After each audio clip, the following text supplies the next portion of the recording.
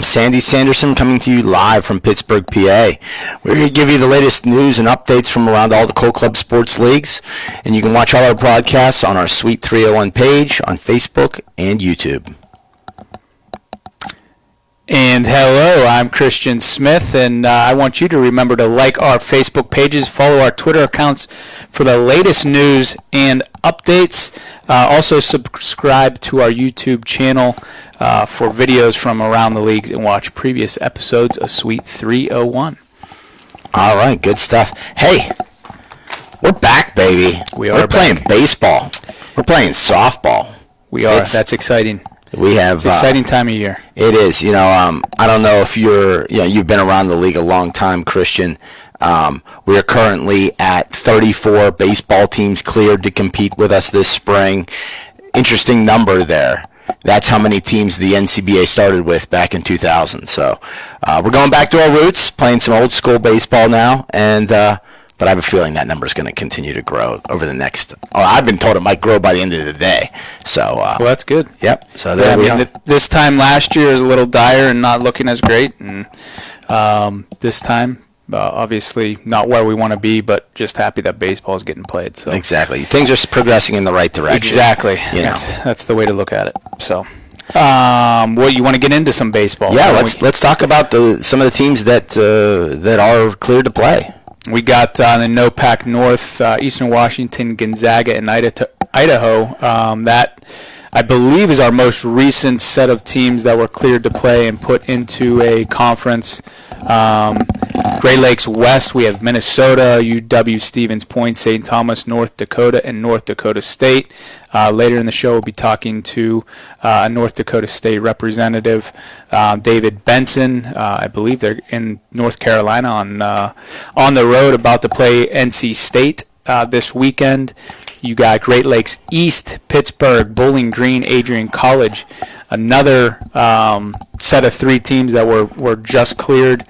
We also had some additions. Georgia Tech added to that South Atlantic East. They're joining the University of West Georgia, Tennessee, Clemson, and I believe Lander to round out a five-team conference there. And other exciting news, Virginia Tech and East Carolina added to the Mid-Atlantic South. They are joining Craven Community College, High Point University, and NC State. So lots of exciting stuff since, I guess, last Suite 301. Lots of teams being able to play. Like Sandy said, 34 we have right now, hoping to have a few more when it's all said and done. So lots of good things, lots of positive things, and just, again, excited we got baseball being played. So yeah, I've got people outside the office ask how's work going and stuff. It's like, hey, we're getting back into that whole scheduling mode. The players of the week are coming around. These are just, the volume of it is a lot less than what we're used to in a normal year, but at least we're getting back to the types of activities here in the office that we're accustomed to this time of year. So absolutely. So we had, you mentioned the new team, the teams that have been cleared and been added to the schedules. We've had games played, so let's recap some of these games that have happened. Yeah, we had Week 13, Clemson, only 3 games on the schedule. Clemson swept Lander, and then Week 14, NC State swept Craven Community College. Arkansas took 2 of 3 against Missouri Science and Tech, and Kansas State swept John Brown. Go ahead. Going back to that Lander Clemson series, that sweep there. One of the things I found very interesting about that was the scores of those games. Clemson's. It's going to be a different year since that last time we played in 2020, we had Division I, Division II, Division III. Now we're just a whole cornucopia of club baseball teams. So Clemson's traditionally a D1 team. Those Lander games were close. 4-3, 6-4, 8-4, all going the way of Clemson. But Lander hung in there. I mean, that's impressive to see a team like that coming out of the gate playing competitive baseball. So good for them. Yeah, and I know obviously everybody wants to win, and we're all competitive and hate losing. But at the same time, I know all of these teams that are playing are just happy to get out on the field. I'm sure, I don't want to speak on behalf of them, but I'm sure they would love to be out there, lose every game, but still getting to play baseball rather than not getting to play baseball at all. So exactly, there's 270 teams out there that wish they were in their shoes. Exactly. So that's something to think about. And I think if we want to flash up, we got some games this past weekend. Mentioned John Brown, Arkansas, that got rained out. But we also had Nebraska sweeping Kansas State in a 2-game series. And then last but not least, Clemson sweeping Tennessee in a 3-game series. So all those scores are on our schedule page. I know we're trying to hype up those games as much as possible on our social media accounts. Players of the week are being selected. So be sure to check the website, Facebook, Twitter, all that stuff for all the latest news. All right. Well, we're going to be joined with a guest here from North Dakota State. David Benson from North Dakota State University Club Baseball is going to be joining us on here, and there he is in the car. Are you on your way to North Carolina as we speak? I just parked in the parking lot at the hotel. Ah, nice. Good for you guys. Hey. I was listening to the beginning of the show on the way there and parked right before you said it was time to talk. Beautiful timing. Well, congratulations on one being cleared to play this spring. I know there's a lot of teams out there that wish they were in your shoes, so that's awesome. And you guys have managed to put together a spring break trip. I mean, unfortunately, only 2 teams in the whole league were cleared to potentially play in the spring training showcase, the Swing in the Spring Panama City Beach. But you guys, hey, you're making lemonade out of lemons, and it's awesome. You guys are heading down to North Carolina to pick up some games with NC State. Talk to us about that series. So basically, once I realized that the tournament got canceled, I reached out to any and every team in the South, anywhere close to that would be warm we could play, and was talking to a lot of different schools and ended up finding a date with NC State that worked for both of us. And so we're playing them hopefully tomorrow, pending rain, for a doubleheader. And we're just really happy to be playing. Awesome. Is that the only team you're scheduled to play on this trip? The only NCBA team. We are playing Louisville's club baseball team on Friday and Saturday, but they're not an NCBA team. But it's just more games. Hey, absolutely. Play as much baseball as you can. Now, David, I know you got some games in this past fall. Conference games against North Dakota and I believe it was Minnesota. You guys are sitting at 2-4, but the fall was a long time ago. What's the team look like this spring? Players to watch. How you guys feel about this spring season? We'll kind of start with the beginning of the year. We had 50 guys try out for the team in the fall, so that was amazing. And then we ended up having obviously cut down our roster into eligible size. We played North Dakota and U of M in the fall. They're both very good teams. North Dakota, their record definitely represents how good they are. They're a very well-rounded team. We were happy to get one away from them, but they're going to be a tough team to play with for a lot of teams in the nation. U of M is also a very solid team. We were really happy to play.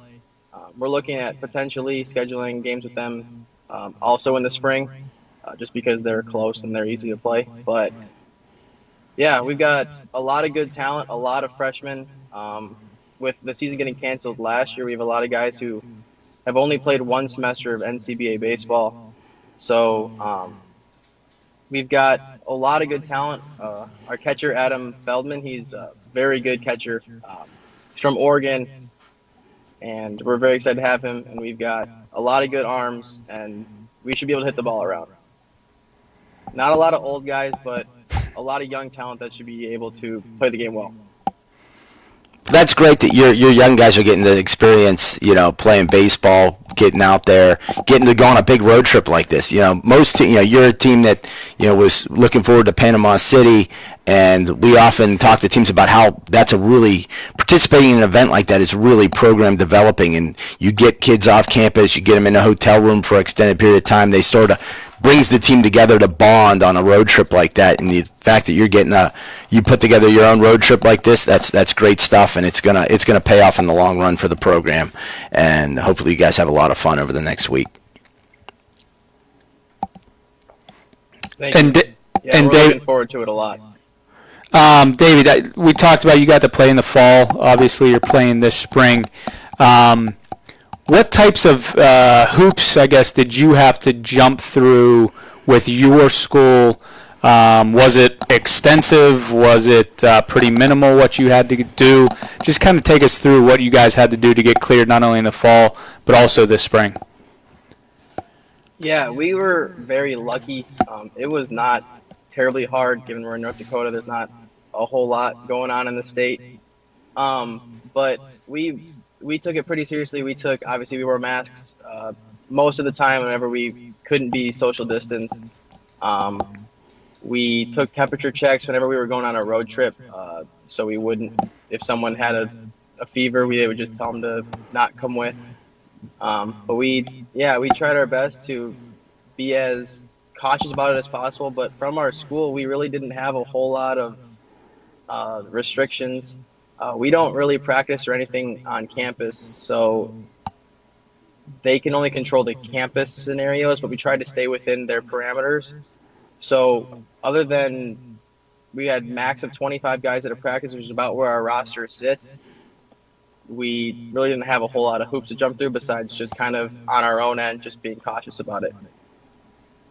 Okay, good. That's good to hear. Were there any requirements by NC State or Louisville for you to be able to come down and play them? Did they have requirements that you had to adhere to? Louisville, I don't know any from them, but NC State will be wearing masks either the whole game or any time that we're in close contact with the other team, just because it kind of depends on what field we play at tomorrow. Gotcha. And did you say it's, I was going to ask, I don't want to jinx it, but how is the weather down there?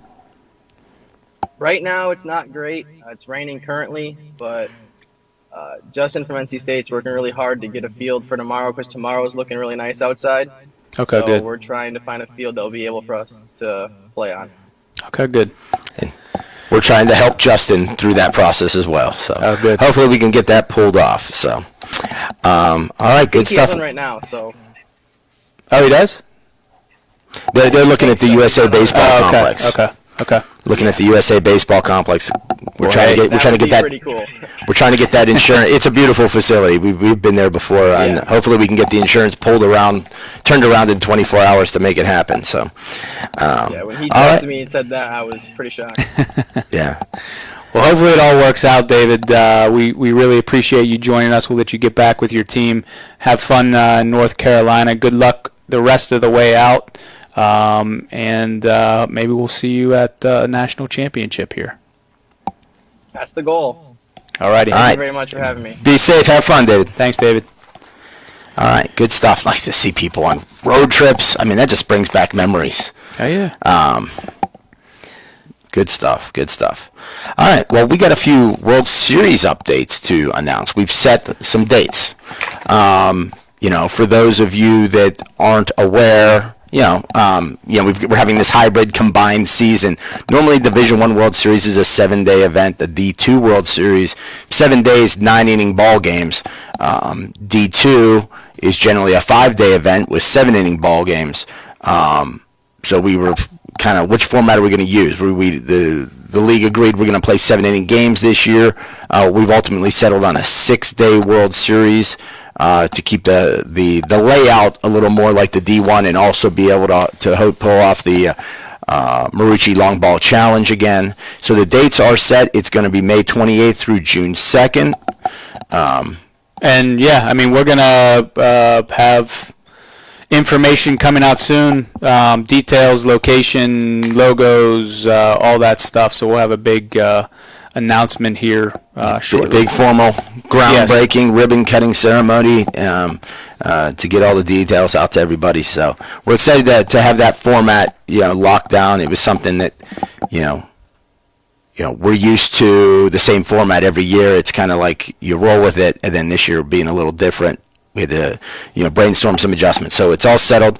good to go and move forward with that. How about on the NCBA housekeeping side? What do we need to put on people's radar? For the teams that are playing, you see it on the screen, the big things, getting your eligibility letters in, making sure your guys are registering online after your games are being played, making sure to get your weekly team submission form submitted to the correct your correct contact, regional director. And just keeping in mind if you're adding players, making sure they register and also listed on an eligibility letter, that type of stuff. So for those teams that are playing, that's the stuff to keep in mind. For the obviously also to upload stats to the website after your games too.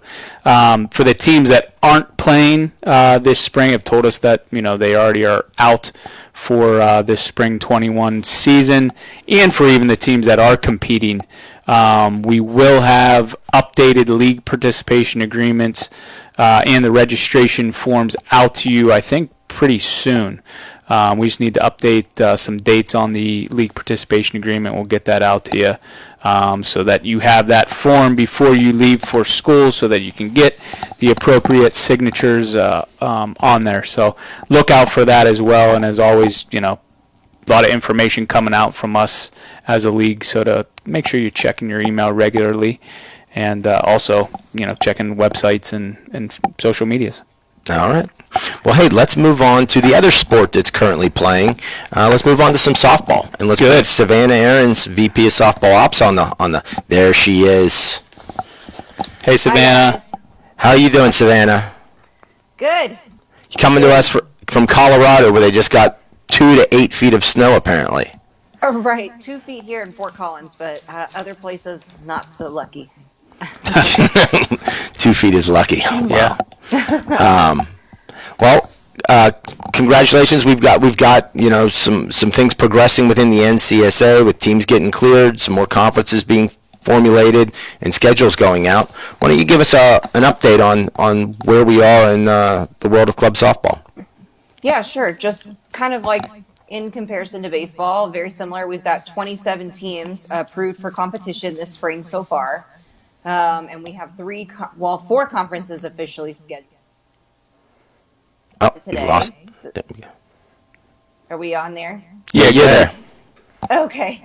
So as you can see, Mid-America Central, South Atlantic East, Great American East, and the Great American West, which was just released today. So those 4 conferences of those teams playing, and then we have some other teams, like I said, of those 27 that are approved, in the works of getting some games scheduled for the spring as well. We recently had our first conference series this past weekend. It was ECU versus NC State, with NC State sweeping that series, but incredibly close from what I can tell. And after talking to both presidents, it was a very incredibly close series back and forth for that, which is exciting to see. Already talking about, will we get a rematch of that at the World Series? So kind of fun to think like 2 months from now we might have a rematch of that. So exciting stuff. Good, and I believe we're going to be joined by, is it Brittany Mansfield? It looks like Ashland could be an option as well. I think it's Brittany this time. She's the ECU president. Okay, so she'll be able to, do we want to bring Brittany on? There she is. There she is. She could talk more about it. Hi, Brittany. Welcome to Suite 301. Well, welcome. Thank you for joining us. We also have Savannah Aarons on the line as well. But obviously, you guys had a big conference series this past weekend against NC State. From what we just learned, it was a pretty competitive series. So why don't you take us through, give us a little recap on how the weekend went?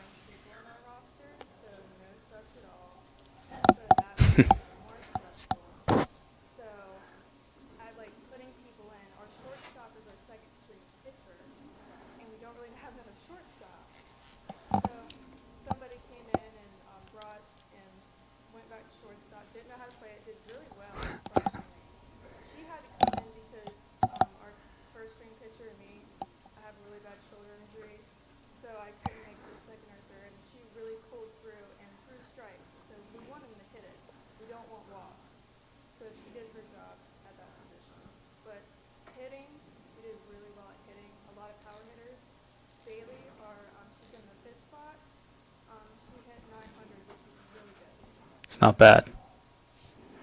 Well, I mean, nine girls out there, obviously not ideal, but I think we've been kind of echoing with our teams that even though it's not ideal this year, I'm assuming you guys are just excited to get out on the field. Yeah, we really didn't think we were going to play this year. ECU kept on telling us maybe, we don't know yet.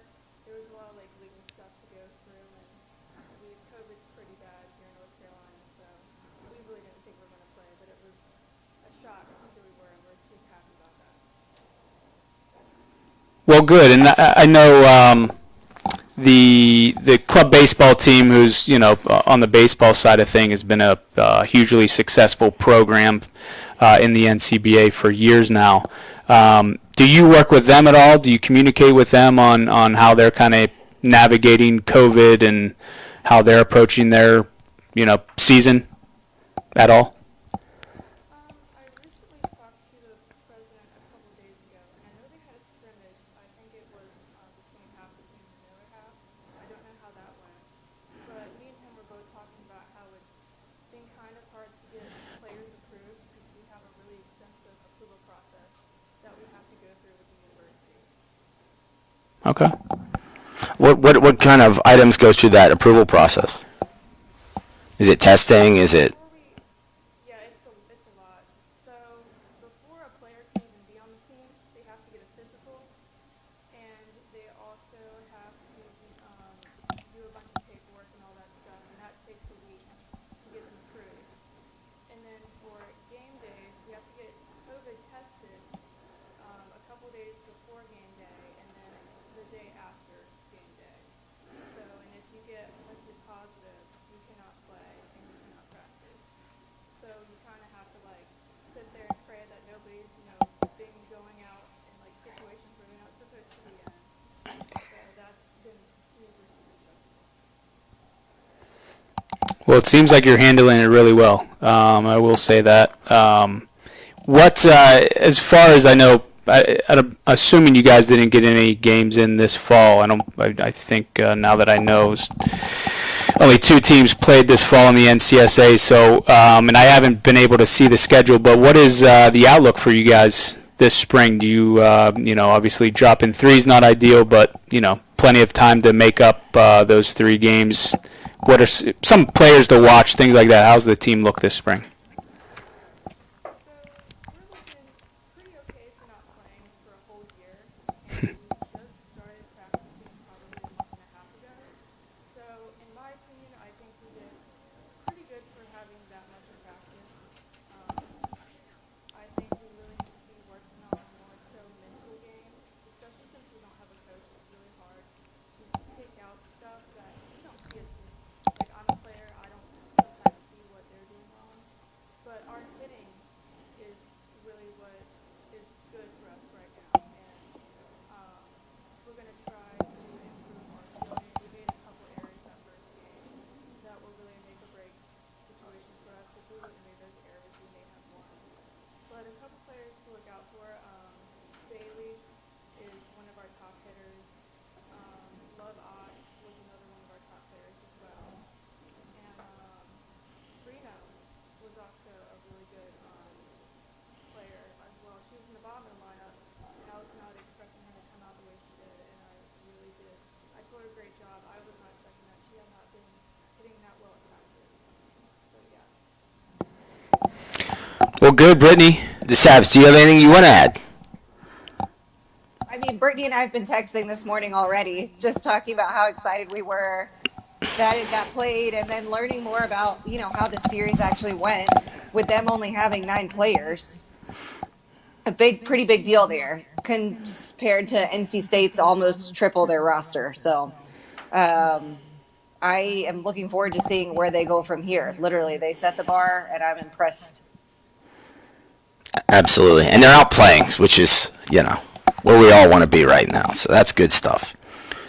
To Brittany and the other officers for all the hard work. You guys heard everything that they're having to go through just to get players cleared one by one. It's incredibly impressive, all the work they're putting into this, and I hope it pays off.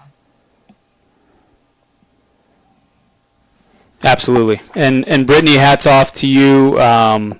Good luck the rest of this way. But yeah, you're doing a great job managing a situation that's not an easy one. And hopefully you girls are just happy to get out there and playing some softball. And we wish you luck for the rest of the season. And hopefully come 21, 22, back to normal. And this is all a distant memory.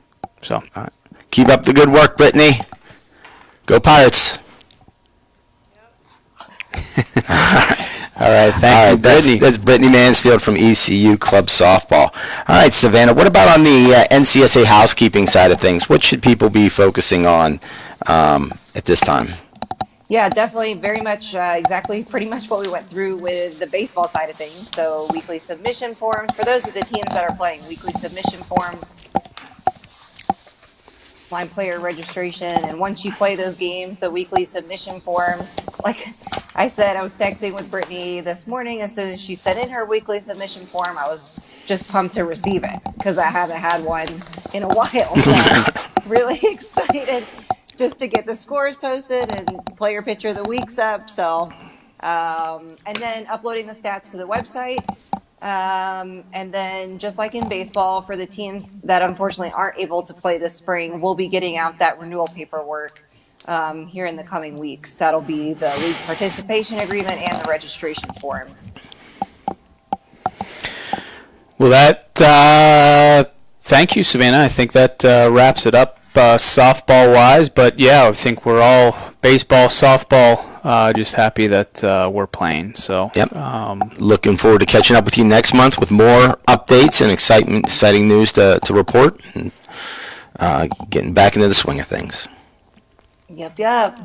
All right, thanks, Savannah. Stay warm. Bye, guys. All right. So that wraps up the softball segment. I guess we'll dive into a little football, if that works for you. I mean, we had the NCFA League meeting was this past week. Successful meeting again. We've had to delay. March 1st was our deadline for teams to register and get their schedule requests in for the fall. We had a lot of administrators come back to us with, what happens. They wanted contingency plans. We're not going to commit till we know what happens if we get shut down, if the league gets, teams get shut down because of COVID again this fall. So we had to take a step back, create a new FAQ, frequently asked questions document for the NCFA detailing all these scenarios and how we're going to be handling it. And then so we've pushed our new deadline to April 1. That's when we expect teams to have all their LPAs in and get the schedule out by April 15th is our goal. If we have schedules, if we have entire conferences registered and ready to go before then, we'll release those conference schedules earlier, but April 1's our target date now. But the league meeting, the voting ballots were sent out today to the teams, so they have till March 25th to submit their votes. And we had some interesting items come up for discussion. There was talk every year. Someone brings up the idea of expanding the roster limit for football. The reality is, the average roster size is, for the last 10 years, has ranged between 30 and 35 players. Our max roster size is 50. So some of the couple of teams that carry 50, they want to carry 65, 70, 80 because they can. Creates a competitive disadvantage. So for years, people have been proposing this, and it's been shot down. So one of the teams, I thought this was a creative idea, said, hey, what if we up this roster limit to 65, but we're only allowed to dress 50 for the game? So it's a different scenario. It's a different way to maybe accomplish what they want to get, and we'll see how the teams vote upon it and see if it gets approved or not. Something we had proposed putting into place about COVID eligibility roster things is what happens if a team gets 5-10 guys that test positive for COVID, can't play, and it decimates their numbers for a game day. We had proposed, and we have this in place for baseball, where you could bring in like a replacement player that takes that roster spot till the guy with COVID gets cleared and can return and take a spot back. There's discussion on that, and they'll be voting on, can that happen? Can the replacement player, does he get removed from the roster when the COVID positive player returns, or can he stay on the roster and effectively increasing the roster max above the 50? So we'll see how that gets discussed. We had a topic about, we do academic All-Americans, which is generally done where if you hit a certain GPA threshold during the football season, you are then compared against the other players that have accomplished that at your position athletically. So, if we have 5 quarterbacks that all had over a 3.5 GPA, we look at, okay, who was the best quarterback of that academic class? Well, now there's a proposal out there that throw out the athletics altogether. Everybody that makes over a 3.5 gets on the All-American list. So you might have 9 quarterbacks on the All-American list, having hit the academic requirements and things like that. So I like that idea that was proposed by Roosevelt University. There's talk about moving up the registration dates for the future because teams have had trouble scheduling. If they wait for their conference schedule to come out in the spring, they have trouble filling their schedule with non-conference games because those are already, they got to do that sooner. So there's talk about moving the scheduling process up, basically almost being a year in advance of, hey, register by December 1st for the following fall so we can get schedules out by the first of the year and move forward with it. So if the teams can be, it's actually easy for us to accomplish if the teams can commit early. Yes. If the teams commit early, work-wise on our end, great. Yeah. We knocked that out over Christmas break, and you guys can go to town with your conference schedule, non-conference scheduling. We just need the teams to commit early. So there we go. That's kind of the recap on the NCFA. Big thing to work on right now. Get your LPA and schedule request in by April 1st, and make sure your team votes on the voting ballot by the 25th of March. Is that it, football-wise? That's football. Moving on to some basketball, getting into the men's. Yeah, let's get into some men's basketball. VP of Basketball Ops, what do you got for us? Well, there was some talk of possibly, obviously the season had been canceled due to COVID, and one thing that we did want to investigate was seeing if we could host a invitational tournament for the teams that were able or got approved to play. I sent out about, I want to say 2 or 3 weeks ago, an email to the teams just gauging interest. And unfortunately, we just didn't get enough interest from teams. I think most teams have been shut down. The teams that are able to play are maybe only allowed to practice, that type of stuff. They're not able to play actual games. So we did have a little interest, but not enough to make it worthwhile for us to plan an event. But the teams that were interested were notified of this news, and internally there might be some options with them playing some scrimmages or even putting together a invitational tournament on their own to just get some games this spring. But as far as the NCBBA hosting that, it's not going to happen this spring, and we'll just be retooling and getting ready for 21-22. All right. Well, there's a benefit to that, being able to put closure on that season. Unfortunately, not getting to play basketball, but like you said, we're moving forward with planning for the fall, and there's paperwork for teams to handle, and a league meeting coming up. Yep. Take us through those deadlines and dates. So we have, we'll start with the league meeting. Those have been set. The NCBBA men's league meeting is going to be Tuesday, April 13th at 8 p.m. The women's the following day on April 14th at 8 p.m. Just 24 hours later. As far as the details of that meeting, how that'll be structured, will certainly be online. But we're, as a league, looking into, are we going to do it Zoom? Or are we going to do it through Facebook Live? So we're figuring that all out. But once that is decided, everybody will be made aware the route we go with. The paperwork for 2021-2022 has been emailed to all the teams. That is due June 1st. And like we have said in the email, we are expecting teams, quite a few teams, if not all of them, to renew. I know everybody's really excited about just getting back to some normalcy and playing. So we ask you to try and adhere to that June 1st deadline as much as possible. For the league, for the renewal teams, for that league participation agreement. As far as new teams, I've spoke with tons of new teams these last few months about joining for the 21-22 season, which we're really, really excited about. They were sent paperwork, and we have an early discount period for them if they sign up before April 1st. The new team registration fee will be waived, which is normally $350. So some big savings there, and I've had some good feedback from some new teams.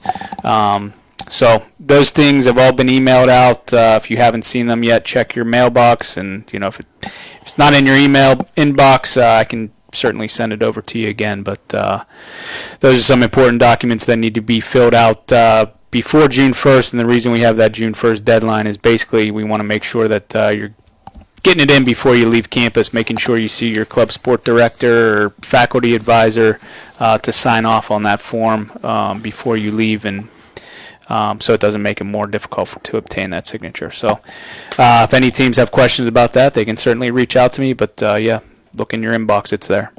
All right. Well, great stuff. Good job on this show. Good to get back talking sports in March, and that's going to wrap it up for this episode of Sweet 301. We appreciate you tuning in, and as always, don't forget to like our Facebook, follow us on Twitter and Facebook. Yeah, our next episode will be Tuesday, April 13th. You see it there on your screen at 3:01 p.m. Eastern Standard Time, right here on Facebook Live. Join us to catch up on everything that's happening around Call Club sports. Hey, and don't forget, it's a game. Have fun. Have fun.